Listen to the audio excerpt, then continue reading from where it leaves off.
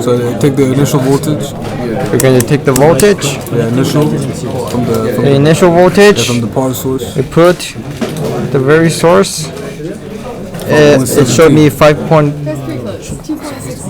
and the decreasing is when I connect the circuit on the board.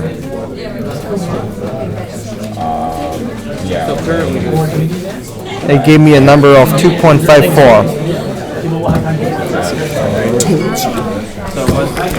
And the current, come on.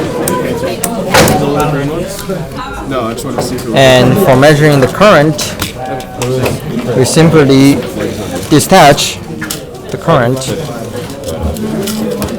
measure it with one hand, connect it with other, and the light turns on, or the current is 1.03 megaamps. Alright, it's good to go. Microamps.